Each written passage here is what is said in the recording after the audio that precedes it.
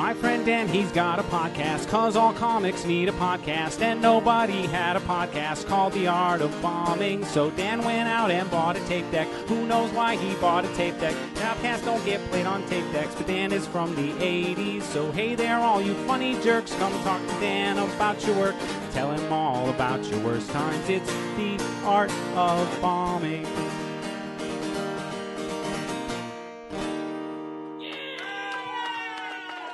Yeah, well, you have germs, and I don't want to be in the same room with you, Dan. So, all right, let's put it this way. I don't know what germs you have.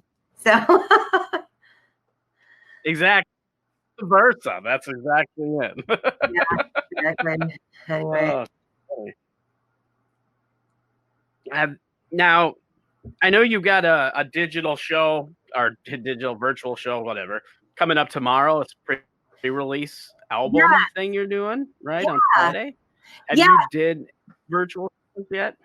I have. I did Ali Sultan show. I've done I think I've done 3 shows virtually before. And then in my day job, I do WebExes all the time, so it's not a big deal to me. It's that strangeness of people not being able to talk at the same time.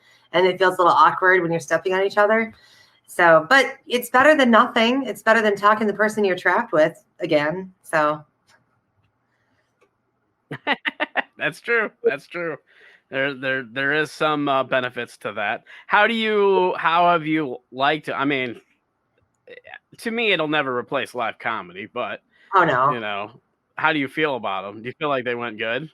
What was really heartening about it is I think there's people that never go see comedy that just would not go to a comedy club that would tune in to that from their living room. And so that's exciting to me because it's sort of a new audience. So I had people that there was a couple that's the parents of a friend of mine from when I was a kid in Virginia that have never seen me do stand-up that totally tuned in. They stayed for the whole show and seemed to have a really good time. So that part I'm excited about. Maybe people like comedy that weren't into it before, and maybe we'll go again now that it's over. I hope. Yeah, that's interesting because I know there's somebody. Do you know who Steve Hofstetter is? Do you know? Yeah, of course. Yeah, he's a comic. And he started his Nowhere Comedy Club, and they've been doing really well with these virtual Zoom shows. Yeah, so yeah. It's interesting because I feel like you're right. I feel like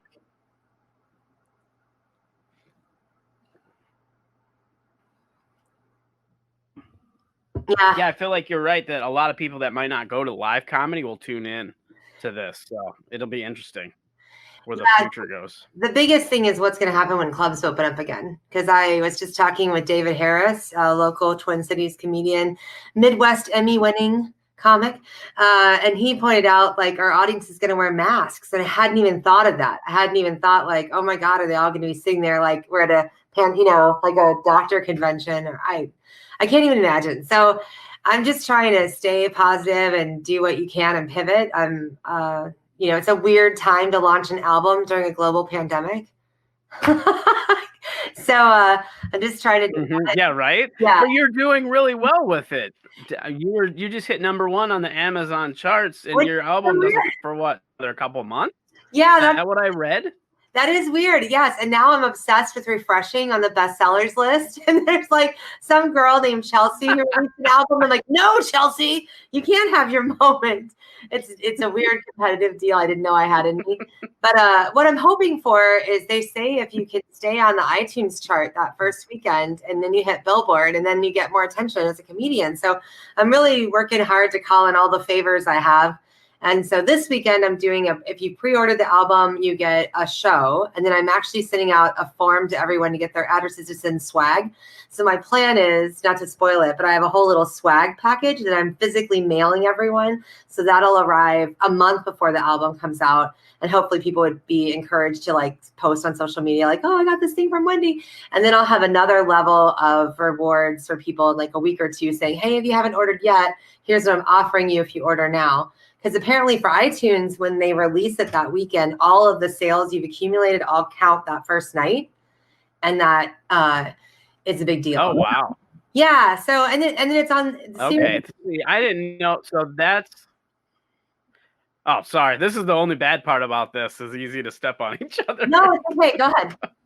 I was I was just gonna ask. I didn't know that. So all your pre-sales that you have on iTunes, they then count as the actual sales on the first day. That's what you're saying? Yes. So Amazon's already counting the sales now, I guess, which apparently was news to the record label as well. But the iTunes one saves all that data, and then on the Friday that it releases says, "Oh, you've got 300 orders." And then if anybody else doesn't get 300 that weekend, then you can stay number one. And if you go number one, by that Monday morning, or 300 is my goal. Isn't that? I don't know if that gets you anything or not, but that's in my head. I want to sell 300. Anyway, and that Monday you hit Billboard, and if you hit Billboard, then you can start telling people like, "Oh, it's a Billboard charted Carmody album." And the good news is, this is the part, Dan, that's I'm talking. Comedians are famous for, we say stuff that's nice and then we crap on each other. When you're happy about something, we don't allow each other to be happy much. So, but I'm going to be happy about something for a minute, which is, right. I'm a comedian that only did comedy in Minneapolis. I lived in LA and New York as a photographer, but never did comedy until I moved to the Midwest. So for me, and then I spent this every weekend in December, I was in New York for work. And I ran into this one comic in New York who was a super nice guy and really young, like early 20s. And he says to me, he goes, "Oh, are you going to move here and do it for real?" And I remember being like, "Oh my God, dude!" Like, oh wow, just and he meant it. He wasn't being a dick. He genuinely meant like, "Oh, are you going to actually be a comedian one day?" And I was like, "Dude, I already kind of feel like I am." So the record label sent my album over to Sirius. So they option it to play on Sirius XM, and they optioned the entire album, not a couple tracks, the whole album from more than one channel. And that's when I was like, "Oh my God, dude. Like, maybe you're really not that bad." Because you think when you go to these clubs in Minneapolis, and sometimes we have audiences of like, tens of people, and and in the Mall of America, where my normal gig is, I get the impression that there's a lot of tourists from foreign countries that don't even speak English. They're like, "Oh, comedy, ha ha ha," and they're sitting there and they're just like confused. So anyway, it was a really big self-esteem boost to have. I always tell myself, "Oh, they like you. They're coming because they like you, or they owe you." I don't know. So for people to never met me to say, "Oh, wow, this is funny," it felt like a huge boost. And if nothing else comes of the album, that alone felt really good. Because I know you've run comedy festivals and founded festivals, and with my baby, I just haven't been able to really do a festival circuit. And so I feel like the feedback part, I don't really. This was a nice feedback. Oh, absolutely. No, that's great. Congratulations. Thanks. That's awesome. But now that you've had your moment, we're going to talk about some sad things. Exactly. Let's do it. Everybody has them. We're going to go. Yeah, we're going to go into the bombing part of this podcast, and let you tell your story of a show that you thought was really bad, or where you felt like you bombed really bad, and what happened. Okay, I have actually two, but we'll tell the good one first, and then the second one is the first time I actually really bombed. I'll tell you that one first. I thought it would be a good idea to do a character. When I was very, very new in stand-up, I thought it'd be really funny to do like a character, and the crickets didn't even make noise. Like the crickets were like, "We're safe." No. It was the quietest room I have ever been in. And everybody was just looking at me like, "What happened to you?" I decided, my mom's from Alabama, and I decided it'd be really funny to do this character of, I don't remember what name I gave her, but she was basically, it was a cougar for Christ, because Christ cougars, and those are women that are Southern Baptists that are not married, that have committed to Jesus Christ. And the Yankees. The Yankees were like, they didn't know what to do with it. No one made a peep. Like, not even, how Lyle LaRue will sometimes go, like in the back of the room, there's this guy in our scene who has a very loud laugh. And sometimes he'll give you like not even that. So that's the first time I bombed. But the one that's really good, where I knew what I was doing and totally screwed up, was at the Joke Joint. And it was, do we name names? But anyway, it was, I was the MC. So, and then there was go ahead. We can name names. Oh, just say you can name names if you want. That's okay. So it was, well, anyway, I was emceeing and there was a feature and a headliner. And the headliner is someone who is very clean on stage, but very lifestyle-wise, just a mess off stage.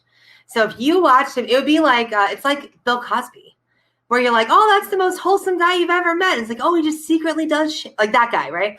And so what the joke joint in Lilydale, God bless the joke joint. And the owner was talking with the church about letting the church rent out the comedy club on Sundays. And he didn't tell us that the 20 people in the middle of the audience were all the pastor, the deacons, the board of directors for a church that wanted to rent the building. Oh, wow. Yeah. And so I went on stage and told my joke about being a Jesus cougar, which now is a joke that works, about how my family, who's Southern Baptist, told me since I'm not married, I should consider being married to Jesus. And I'm like, that makes me a Jesus cougar, blah, blah, blah. And my pastor, by the way, laughed at that joke. Well, anyway, I told that joke and the entire middle of the audience was like, no. Just like, no. And I misread them. I thought they were anti-religion. Not that they were so religious that they were offended. Because in my mind, like, what you should be offended about?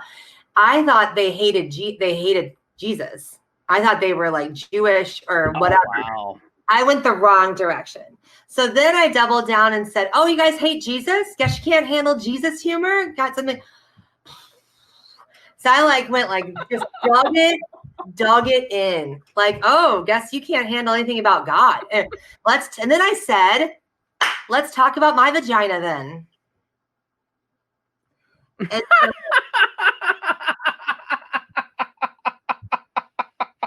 I can just about imagine their expression. then I accused them of being stuck up with their ass, of not liking Jesus, and then let's talk about chick parts. And this is back when I didn't really understand the concept of there's a way to talk about things so that everyone knows what you're talking about without you being super detailed. And so I was still in my super detailed mode of, oh, let me give it to you. And there's this, at the time, there's a trifecta of female ailments that you can have in that region. And I had all three occurring at the same time. And I remember I called my mom and I was like, oh my God, Mom, this is happening to me. And my mom said, that can't happen. Nobody ever talks about that. And I'm like, the reason why they never talk about it is it's horrific. Nobody talks about it because no one wants to think about it. And that's the conversation I had with my mother, but I still thought that would be a good idea to do on stage. So I got on stage and went into detail about the tragedy that was happening in my nether regions in front of 20 people from this super conservative church. So now we're deep. We're in the hole. We're like, everyone hates me. Like, not only have the people in the middle decided to hate me, but now the people around them have absorbed said hatred. And now the whole audience is like, dirty, just like hates me. So I get off stage. I suck. I literally suck. Like, it's just horrific. I get off stage. I high five the next dude. I'm like, good fucking luck. He gets on stage and he equally digs the hole deeper because now they hate me. And he talks about drugs and all kinds of other crap. So he's deeper. Now the whole audience is having the worst show of their life. Well, then in comes cokehead Christian boy. So he walks on stage and does his jokes that are all super clean. Now, literally, he's totally on drugs right now, but they don't know that because he's super clean, right? So what bothered me is after the show, they write these comments. Back at the joke joints day, they used to have comment cards. And they wrote, Wendy Maybury is a dirty girl. Like, she's a dirty, horrible person. And then the headliner, who's not a good person, what a shining citizen and what a beacon of light or whatever. And by that time, the owner or the manager, I think, had clued me in that was a church visiting. So I actually cornered because I can't let it go. I have to be right. I have something wrong in my brain. Oh, wow. So I cornered the pastor on the porch of the joke joint and said, oh, I didn't realize you guys were here from a church. What religion are you? And he was like, Baptist. I'm like, oh, what kind of Baptist? And so my mom used to work at a seminary. And so I doubled down on, I Bible versed this dude on the front porch. about how God created me and with a spirit of creativity, and I should be allowed to say, I couldn't let it go. I couldn't like let them walk away. I had to like make them like me on the porch. It was the worst. The worst. Sorry. Wow. I have to know, did they rent? Oh yeah. Did they end up renting yes. Did they decide? Yeah. They decided this place needs cleaning. We are going to sage this up. We're going to pray about it. We're going to bring it back to a center before. Yeah, they did. They ended up renting, and it was very funny. And then the best part is I have to tell you one more part of it real fast, because this is one of my favorite stories about Minneapolis comedy. One of my favorite stories. And so that same headliner, who I'm not going to say his name, I've decided because I don't want him to be mad at me, but the same headliner that's super clean, never says a curse word, never does anything like that. I was opening for him again. I don't know if it was the same weekend. It might have been the same weekend. I was opening for him again. And this bridal party, bachelorette party, had a blow up sex doll, and they threw it on stage while he was doing his comedy. Just threw a blow up sex doll at him, and he lost his mind. He lost his mind. He was like, what am I doing with this crap? Have you seen my act? I can't address it. And they like went down the rabbit hole. And he said, F you forever. If you think for a minute, I don't want you to F yourself, you're wrong. F you forever. And then he walked off the stage. And so I'm the MC, and I run up after, and I'm going, hi, well, he sells his album after the show. And he screamed from the balcony, I'm not selling shit to these albums. Well, like everyone can hear it. Oh, wow. Yeah. And I go, you can buy it on iTunes or something. Oh, that's funny. You can buy it on iTunes or something. Oh my God, I love that. Is that somebody that is? Oh, that's funny. Is that still a Minneapolis comic? He's moved, but anybody who's done Minneapolis comedy for a while. Okay. I'm just gonna say one thing. Yeah, I'm not gonna say that. I'll tell you after. But he's. Well, I actually think I know who you're talking about. Oh, okay. I think I've heard stories about this person already. Probably. I have a pretty good idea. Afterwards, we'll find out if I'm right. Okay, I bet you're right. Anyone who's done it for a while knows who it is. But I just love that he's always so together, never even says a bad word, not one bad word, and just came unglued. And it made me feel like, okay, it happens to everybody, that you just have a bad deal. So those are my two. Those are the bombs. Sorry, the time. Yeah, well, it does. Yeah, I'm never doing a character again. And then the time misreading the audience is a big. You know what else I will say about this? So I've learned one thing in comedy that I think is look at the people in the audience, like really study them. I like do a lot of looking at the crowd now before I get on stage to like who's a couple, who's hating life, because one time at House of Comedy there was a guy in the back of the room that was in a wheelchair and had some sort of disability, and when he laughed it was very just way out of gamut, and so I saw that he had a disability, and I'm like, I'm so excited you're out in public. I'm not saying anything about that. But the headliner didn't know. Their headliners at House of Comedy are big deal touring comedians that have TV credits or whatever. And he's one of those guys who came in, when the feature's on stage, didn't stay for the show, didn't pay attention. He decided it pissed him off that he heard that noise from the stage, and decided to like go after who's acting like that, who's the idiot, like just started going. Well, the whole audience can see, because that's the other kicker. I'm sure if you haven't done comedy, you can't see anything on stage. You can only see like those first couple people, and then it's like a void, right? And so he couldn't see in the void. Well, the audience looks back and they can all see what's going on. That this guy's in a wheelchair, and now the idiot on stage is making fun of the guy in the wheelchair. So that was another one where the whole audience flipped. The whole audience is like, oh no, that guy's an ass. So now I am like super, because of seeing that, I am so careful to like look at everybody. Is anyone in a chair? Is anyone blind? Does anyone have missing limbs? That's come back to haunt me, So anyway. Yeah, no, absolutely. That's a good thing. I mean, it is a good skill to have and try to get better with, because observing and being in the room and knowing what's going on. Because for me, I it's super annoying when a comic goes up and does crowd work and it's work that's already been done because they weren't paying attention to the room. You Yeah, know, like the feature will something will happen to the feature and he'll have a conversation with somebody or whatever, and it comes out that they're whatever, and then the headliner comes out and almost has the same conversation I because he didn't know. realize it already happened. You know what I mean? Like that Yeah. kind of stuff is really irritating. I'm so glad to hear you say that. I feel So it's Dad, yeah, that's yeah, it is. It's to me, it's super annoying. yeah, and it Like also it's I, so nice when people pay attention to you. When you're a headliner, I just realized I have this on my desk. How why do I have that? Sorry, anyway, when you're a little comic and the headliner cares enough to watch your set, that feels amazing.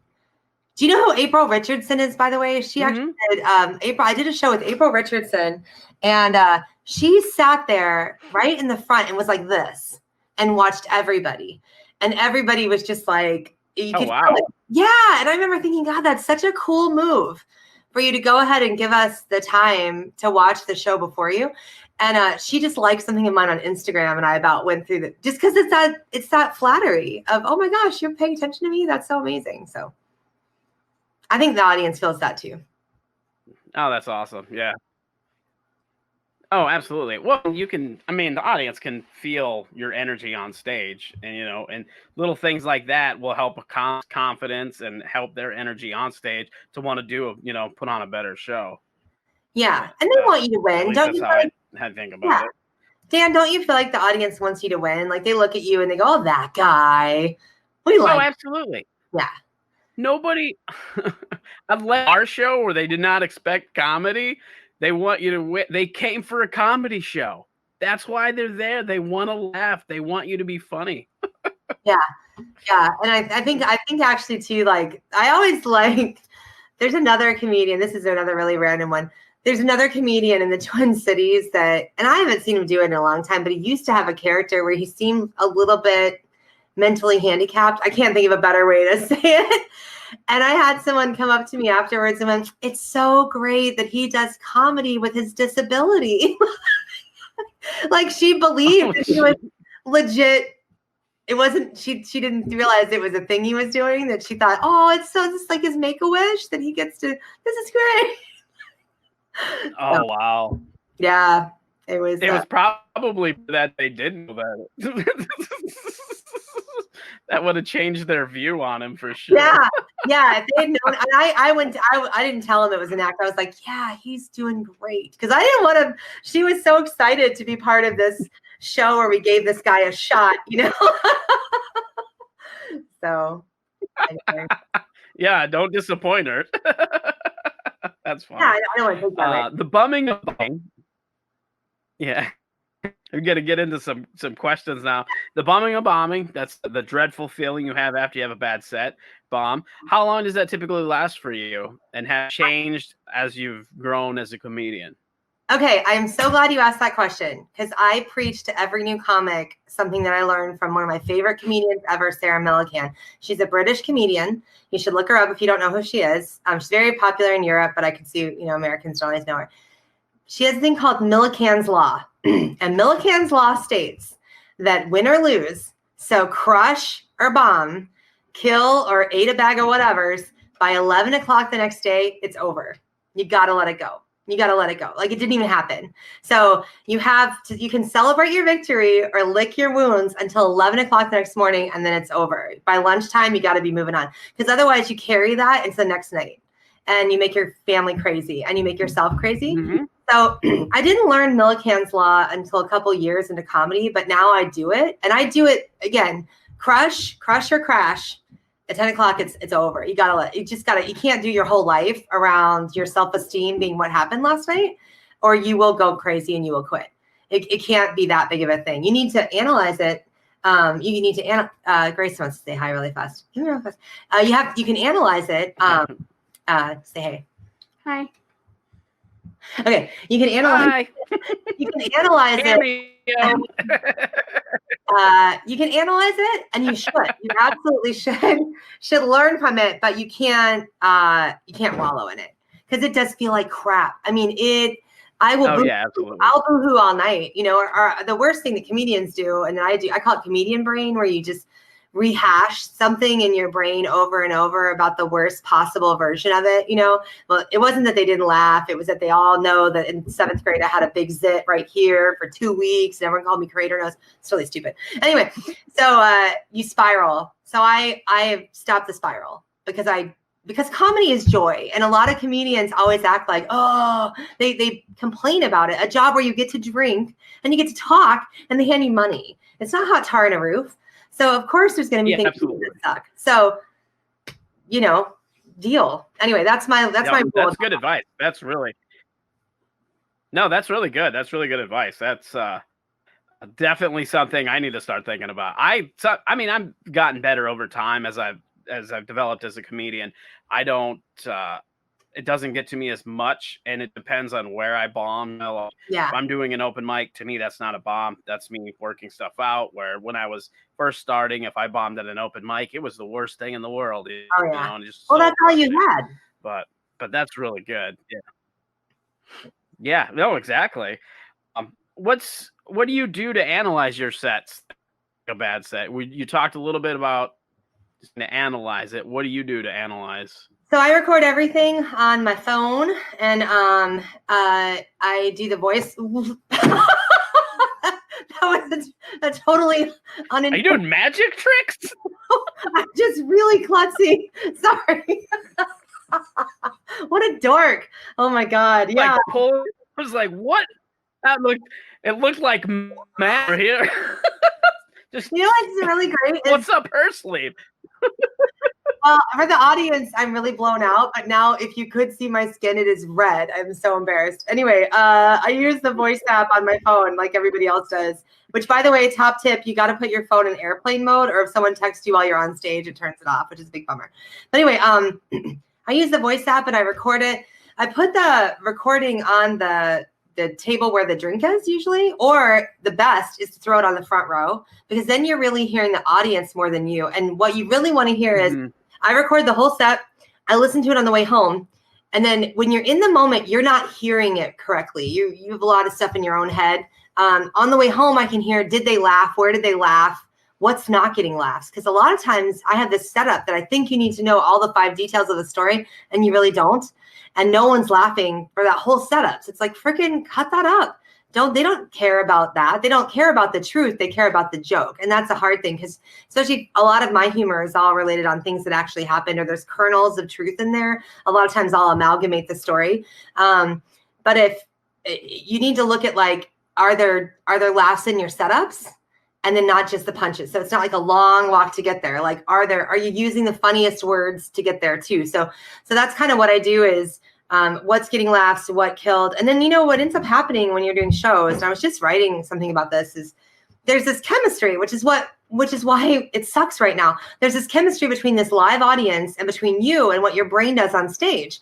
And a lot of times when you give yourself a minute to, after a joke, all this tag comes up that you've never thought of before. Like the other day at House of Comedy, this guy, I asked those stupid questions as the MC, like, oh, who's from wherever and who's from wherever. And this guy couldn't get his answer straight. And I said, did you ride a short plane to get here or what?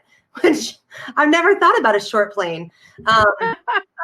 Yeah. And so you don't get that if you're just riding at home. Like, oh, I'll make fun of an idiot and call it the short plane. So once that happens, you write that down and go, oh, that's because the best thing for comics, I'm sure after a while, is a joke about, an old married couple, a joke about a young guy wearing a bunch of bling, these random jokes. And then when you see those archetypes in the audience, you can whip them out. And then the audience feels like, oh my God, she invented all these jokes for us. She made up all these jokes on the fly about people in the audience. I found that from Rich Voss. Rich Voss did that to me. I met him and I had a very colorful, flowery shirt. And he said, and this is vulgar, sorry, everybody. He said, did a box of crayons jizz on your chest? And I was just like, I was just floored. I was so happy to meet him. And I was just like, oh, And then I did a weekend with him and he used that joke every show. He found some chick with a flowery shirt on or a multicolored shirt and said that to her. And it killed every time because the audience thought, oh, he invented this joke just for that lady that just came to us. So anyway, so you listen to it, find the laughs, cut stuff, any sort of cool things like that you can use for later. Now go in another file of stuff I can say to idiots wearing a big gold chain. And then that's what I do. And then I kind of don't go back to it. I move on and do the next show. And then I listen to it again. And the other thing that, doing this album was a really huge deal because I found that I have a bad habit of, instead of writing better, I muscle through with speed the part that's not getting a laugh. So instead of writing it better, I was hey, really fast. That's a bad habit. And it didn't really hit me. Even though I listened to all my recordings, it didn't really hit me till I was editing the album. And I'm like, oh, dude, you got to fix that. So that's what I'm talking about. Sorry, that was big. That's an observation too. No, that was great. That was a great, and you kind of, because the next thing I like to talk about is your writing process, which you kind of talked a little bit about that,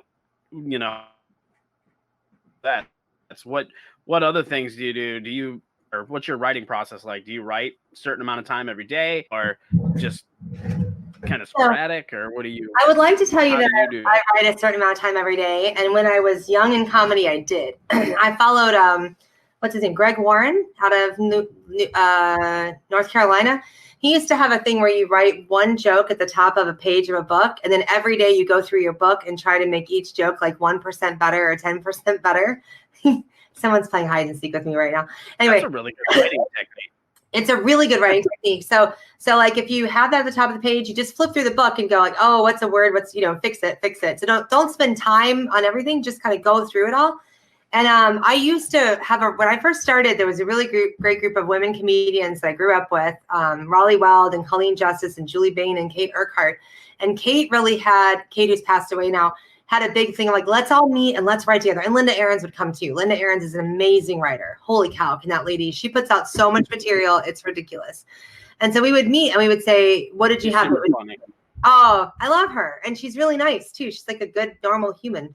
Very rare in comedy. Anyway, we would sit and we would go over new material and we would challenge each other with what's funny about that. But why is it funny? Well, why is it really, how could it be funnier? And we would ask those questions. And there's some people, I'm sure that you sit with and you feel funnier around them and you feel like they're making you funnier. You're thinking of all this, like your creative juices really flow.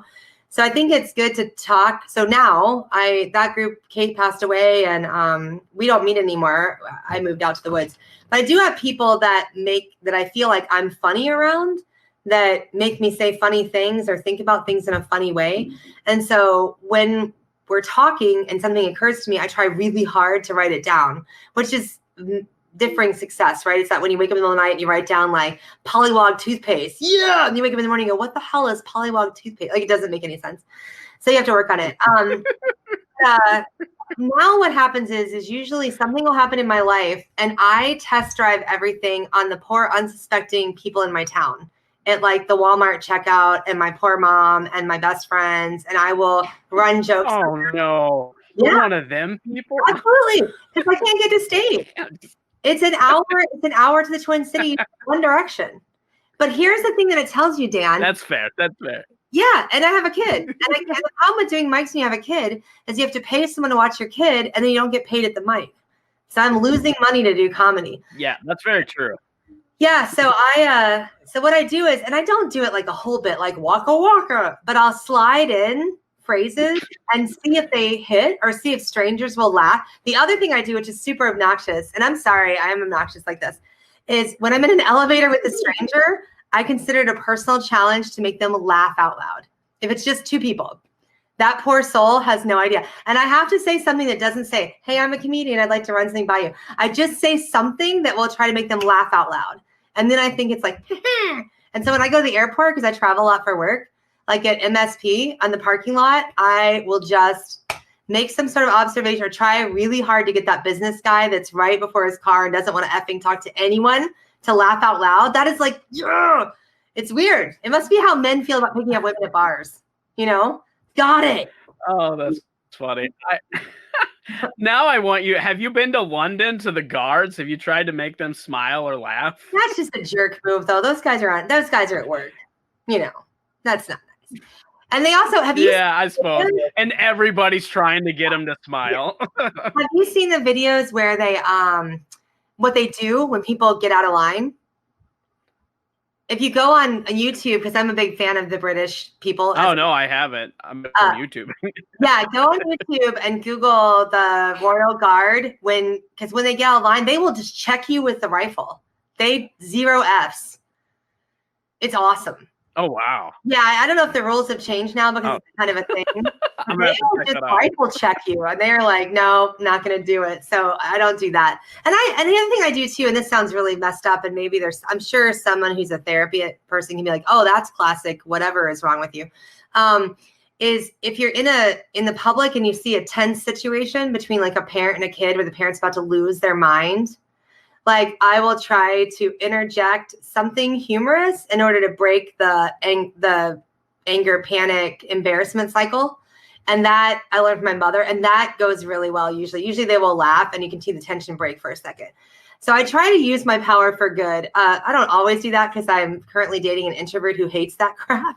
He's like, why? He's like, you're some weird comedy, like, here to save the day. Nobody asked you. Shut up. He gets You out of that. come rolling in with your microphone and your stool. You know what's great about this? Yeah, I know. One day you'll be dead and the kid will remember what it did. We're in a Walmart. It'll be great. No, I don't do that. But so I don't know. That's how I do material. So shit will happen. And then, and you know what else? Like real fast. I also steal, and I tell people I'm going to steal, not from comics, but like I'm on a conference call the other day and we were talking about things we missed with the pandemic. And this girl on my conference call was talking about how she couldn't get lobster soup. And I haven't been able to eat lobster soup in 2 weeks. And she's like, and she goes, and then she like went so far over the edge. We were all just like, I'm like, that is the most first world Karen shit I've ever heard. You're like, you lobster soup. So we just, I said like, I might steal that. I don't think I can make it work, but I just tell people like, I'm taking that. And they go, okay. So, but I listen, people have funny stuff to say all the time. Yeah. So. Oh, absolutely. That's observation and listening. And listening is a good writing tool. It really is. And, yeah. To just, and being aware of everything that's going on around you. And that's one thing about me. Like a lot of times I seem like I'm tuned out, and maybe it's because I'm concentrating really hard, but like I might be looking at my phone and it's like, oh, he's totally tuned out. But I'm just like, that's where my eyes are focused there, but I'm actually using all my other senses to like see what's going on around me, like listening to conversation or, like all this other stuff. Like, and it's funny because people get annoyed at me and they'll be like, are you even listening? And I'll be like, yeah, you said this, and this. And then like, whoa, how did you comprehend all that? It's like, cause I'm actually paying attention. See, that is another cameo. Bye. Show them our secret handshake. There you go. We gave it that last night. Nice. Now, this one is very funny too. He's got lots of, yes, go ahead. And then go to Grammy and Pops. Yes, wear a jacket. The other one is he comes up with a lot of humor, and then so my boyfriend has some children. The guy, it's nothing serious. Let's not make a big deal of it. But anyway, my son doesn't like to wear pants anymore.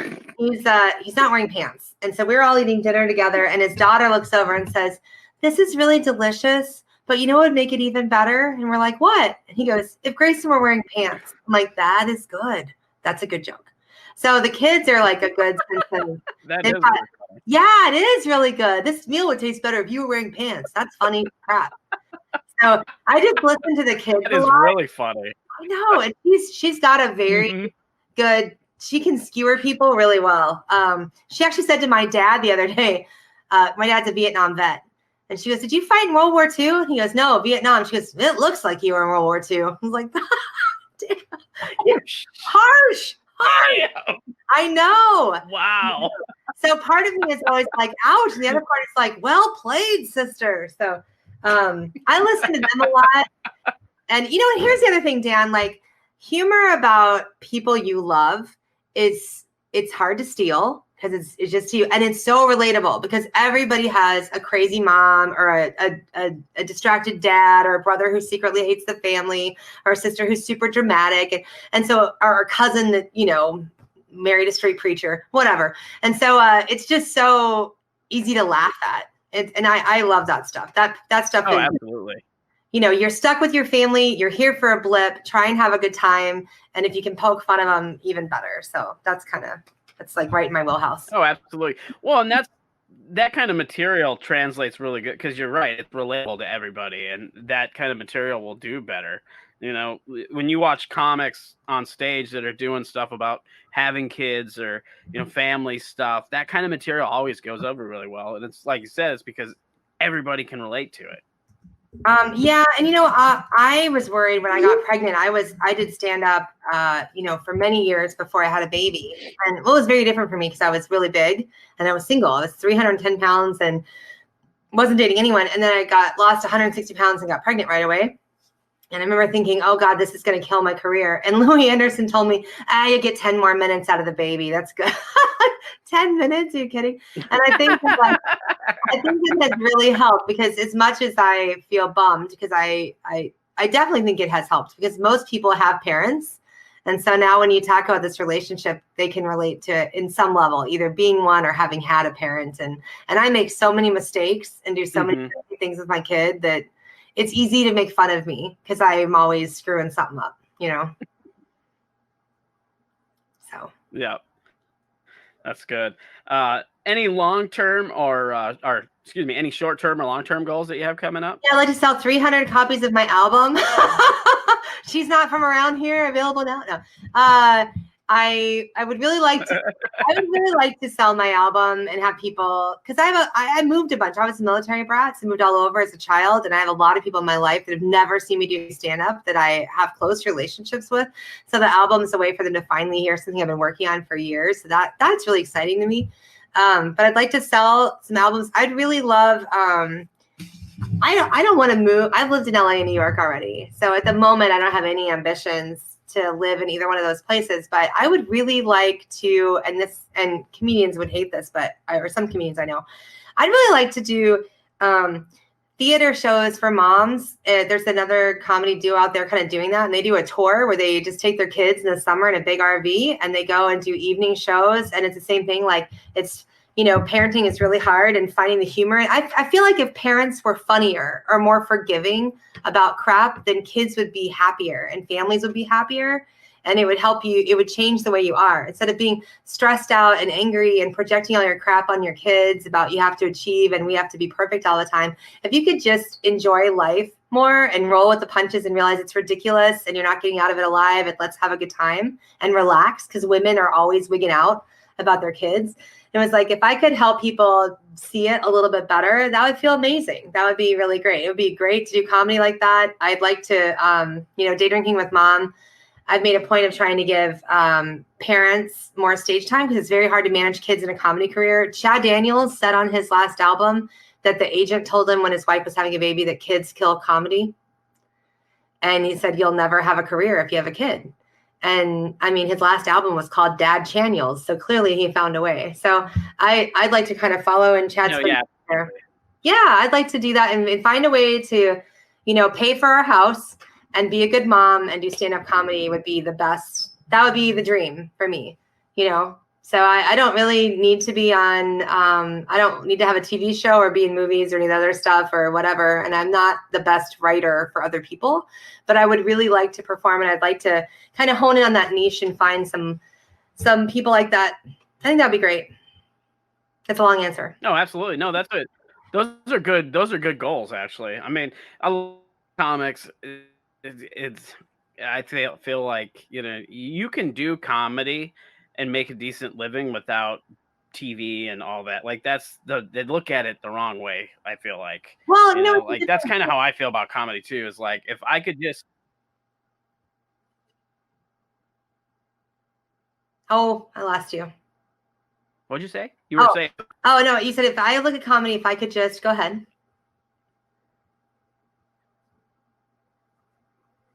Oh, I was just saying, yeah, if I could just be a working comic, make a cover and tour, That's pretty much all I care about. All the other stuff is, whatever. I don't care about being on TV or being in movies. Sure, it'd be cool. It's not the ultimate goal. Well, that's what I was saying. I think it's just a different dream because some people really do have that need. Like, hey, I want to be on SNL and I want to be I need to be in a big way. I want to I want to be Russell Peters. I want to be, someone who sells out arenas. And that's a great goal. It's just, I have been fame adjacent in a previous life. When I was a photographer, we would photograph a lot of really famous people. And I got to kind of see what that's like. And it's like, I really would be super, kind of like you, I'd be super happy making my bills from doing something I really loved and then getting to be with my kid during the day. And that's the great thing about comedy is it happens usually at night, unless you're doing some corporate. So now that Grayson's in school, it's like, great. I just want to enjoy him. It's going to go fast. He's 6 years old already. It's 12 more years and hopefully he'll be out of here. So it's like the next 12 years, I just want to figure out, being a good mom and then continuing to say stuff that makes me happy. And I really get off on people coming up afterwards and doing that thing. I'm sure it's happened to you. Where like, oh, something crappy happened and you made me forget about it for an hour and a half. That's such a cool thing to do for a living. That's such a neat. No, absolutely. Yeah, I really love it. So it just makes me super happy. And I think when I go back and look at even when I was a kid, I don't know, were you a kid what were you like as a kid, Dan? Oh man, I was very responsible, I guess. I kind of got forced into being an adult because my brother is 9 years younger than I am, and with my dad ended up being kind of raising us, and so a lot of that was my dad was working all the time, so I ended up having to help raise my brother, take care of him, take care of the house, and do stuff like that. So I was pretty responsible for the most, taking care of things, I guess. Were you funny? Were you funny at school, or were you more quiet and just sort of got stuff done? I mean, as I got older, I definitely got funnier. Where not necessarily, I wasn't like the class clown, but I was very quick-witted. Like I was very mouthy. If somebody would call me a name, I was pretty fearless, and I would just like snap something witty back at them. And that was something that I found as a child and as a teen, that being able to do that was a good way to like disarm bullies. You know, like they were only a bully until I turned it around on them. And then suddenly they're like, okay, I'm not going to bully you because, you're making fun of me. I don't like what happened here. Yeah, that's true. I wasn't the class clown either, really. I was sort of a different, but I was always really enjoyed entertaining people. So I always think it's interesting to hear from comics if they were, because I find too, some of the really best writers are super introverted. Like you just said, how you're observing the room. People think you're tuning out, but you're actually paying a lot of attention. I always think those comedians are really interesting too. Because like, again, Linda Ahrens, who is just writes. You wouldn't see her as like the life of the party or the first. You wouldn't pick her out in the crowd as being the first one to be the stand-up comic, but she's amazing. So that's something I love about stand-up comedy is how many different kinds of people do it. Oh, absolutely. And there are so many different people. It's funny because a lot, people who aren't in comedy just assume all comics are the same. Like they're just silly and zany and act all goofy all the time. And it's really not. I mean, there are those people that are like that, but most of them are just regular people. And you would, like who you would least expect to be really funny. Yeah, and then the other thing that's really funny too is, do you ever worry? You're assuming a little calmer than I am about being too on. Like sometimes I get people are joking with me, and I don't realize they're joking because I always try really hard to not be annoying when I'm not on stage. I'm always worried everyone's gonna get annoyed with me, so I don't know. I guess I don't. Because I'm not, I try not to be. When I'm on stage, that's what I'm on. Yeah. And I've had like people, like before a show, they'll find out that I'm the comic performing, and they're like, "Well, you don't seem very funny." Yeah. And it's like, well, that's because I'm not on stage right now. Right now, I'm just a real person having a real beer at this bar, waiting to go bomb for 45 minutes so I can collect a paycheck. If you want to see how funny I am or not, wait till I go perform and then come back and let's have this conversation. Right now, just let me enjoy this beer. Isn't it so much fun that we get paid on the attempt and not the success rate? How cool is that? Right? It's the attempt. That is a very good observation of that, because it really is. It's on an attempt. Yeah. Whether you do good or bad, you're collecting that money. Yes. And Maggie Ferris is one of my favorite Minneapolis comics. She said to me one time, sometimes it's just a speech you gave. Instead of like doing stand-up, you stood up there and you gave a speech, and that's what happened today. And I'm like, wow, Maggie. But it makes me laugh a little bit, because when I hear someone say like, oh God, I sucked, I'm like, you just gave a speech. It was just it was a different thing. Different thing. Funny. So anyway. That's so good. Oh man. Oh, all right. Well, I got a couple more things here. Sure. Sorry. And then we're gonna get wrapped up. These are a couple quick things. Do you have a favorite venue that you've ever performed at? And what's a favorite gig or a best gig thus far that you've done? So I did a week with Bert Kreischer at House of Comedy, which was unbelievable. His fans are amazing. I got like 25 new Twitter followers after every show. They're the most enthusiastic, rabid, super hyped consumers of comedy. Josh Wolf's people are like that too. I worked with him, but Bert was amazing.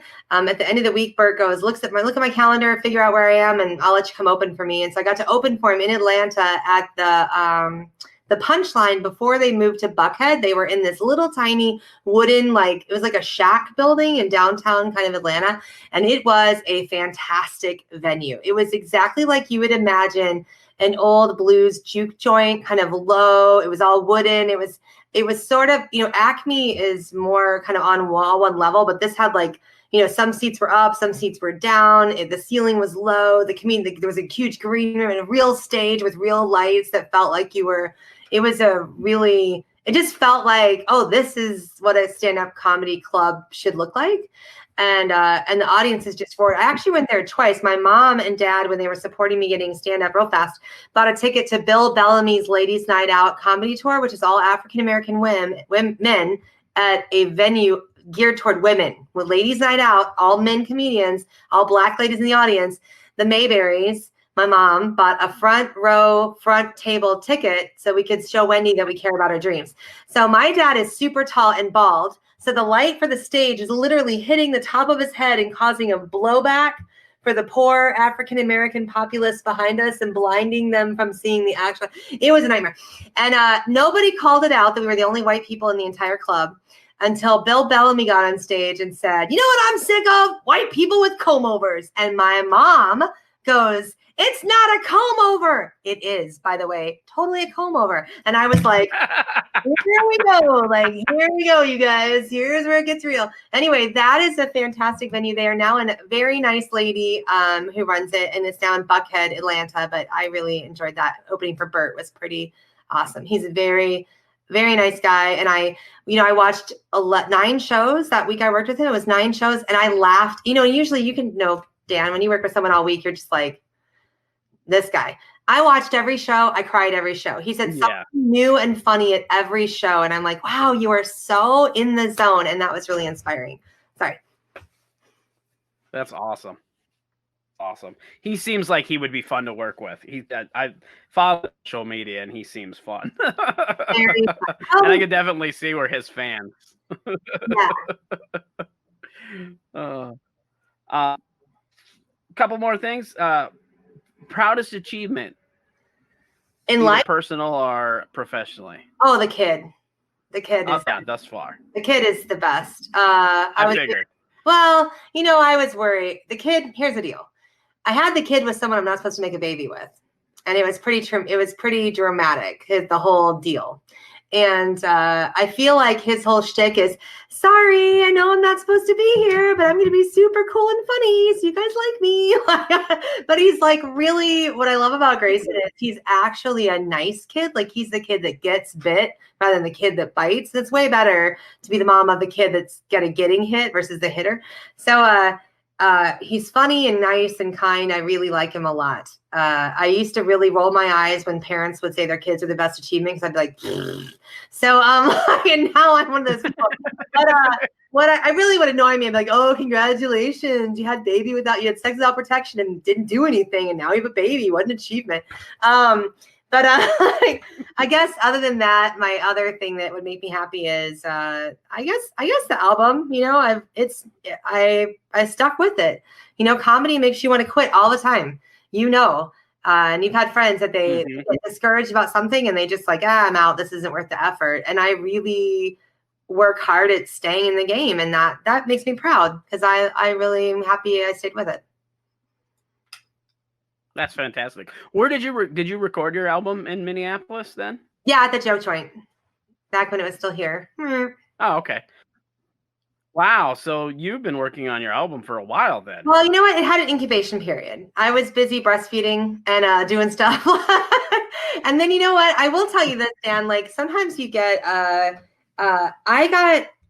got very blocked about editing.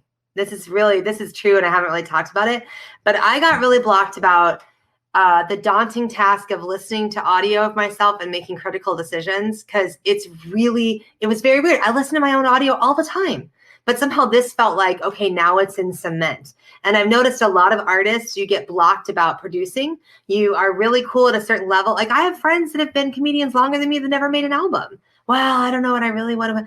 It's like, just freaking do it. Like show up and do the stuff. And I had to work through a big thing. It was me about showing up and doing the next step, to the point where I sent it to my dad. I'm like, can you listen to me and tell me if you think it's any good?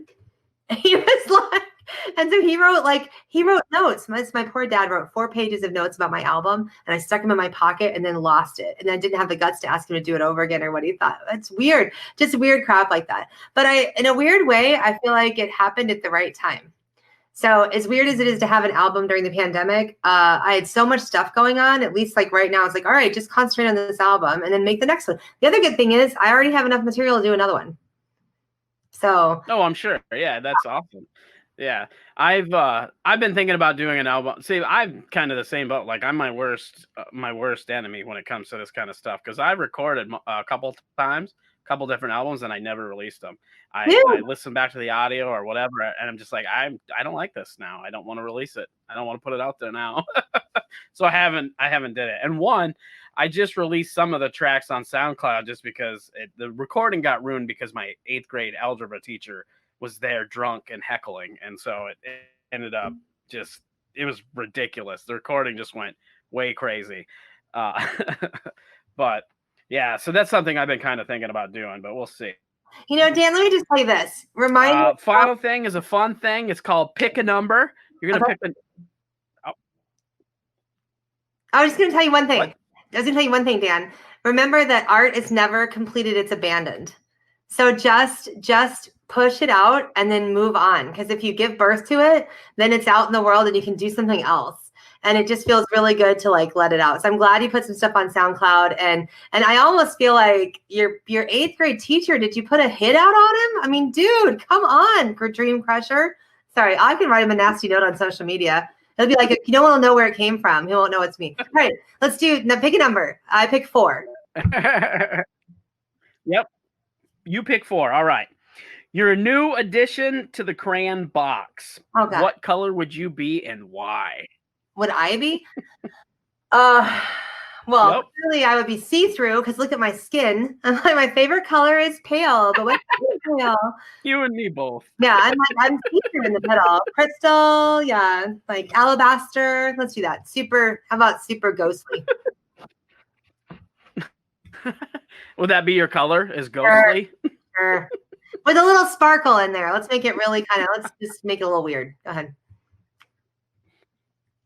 Oh, there we go. I like that. A little sparkle, just a little bit of little bit of glow. Yeah. All right. Well, that's going to do. Where can people find you? What's your social media, website, and all that you want? Okay, so this is my Instagram and my Twitter are both Wendy May. I'm a horrible tweeter, and I'm working on the Instagram. I'm working on it, you guys. Facebook, it's Wendy Comedy. If you look on Facebook, you can get my fan page. You can be my friend. I don't care. And then the other one is my website is wendymayburycomedy.com, which this afternoon will have a new website. So by the time you hear this, it'll be brand new. You can hate it a new way. Oh, fantastic. Fantastic. All right. Well, thank you for joining me. Dan, thank you so much for having me. The Art of Bombing is a Blitz Entertainment production. Hosted and produced by Dan Bublitz Jr., The Art of Bombing intro music was written and performed by John Holt. All other music used in this podcast was under the Creative Commons license. If you would like to help The Art of Bombing, you can do so by subscribing, rating, and reviewing our show on whatever podcast application you use to listen to The Art of Bombing. For previous episodes, blogs, and more, visit artofbombingpod.com. Have a great week, and remember, stay safe so you can live to love.